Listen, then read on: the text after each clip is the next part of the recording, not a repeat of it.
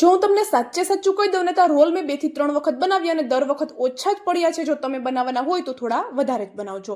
તો 1 cup પૌવાને wash કરી એમાં ગરમ પાણી એડ કરી પલળવા માટે સાઈડમાં રાખીએ. આદુનો ટુકડો, લીલા ધાણા, સાથે 2 થી 3 તીખા મરચાં, એક મોડું મરચું, સાથે અડધી ચમચી જેટલી ખાંડ, અડધી ચમચી જેટલું જીરું, સ્વાદ પ્રમાણે મીઠું, અડધા લીંબુનો રસ એડ કરી એની પેસ્ટ બનાવીએ. હવે પેસ્ટમાં એક મોટી ચમચી જેટલું મોડું દહીં એડ કરી દઈએ તો ચટપટી ચટણી તૈયાર છે.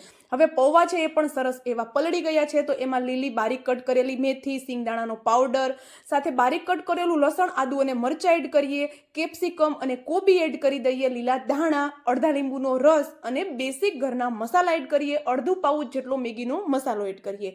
હવે બધી વસ્તુને સરસ એવી મિક્સ કરી એમાં 3 થી 4 ચમચી જેટલો બેસન એડ કરી ફરી પાછું મિક્સ કરીએ. એમાંથી આ રીતે રોલ વાળી રોલને તળવા માટે ગરમ તેલમાં એડ કરી એકદમ ક્રિસ્પી થઈ જાય ત્યાં સુધી તળી લઈએ તો આપણા ગરમા ગરમ રોલ અને ખટ્ટી મીઠી ચટણી તૈયાર છે.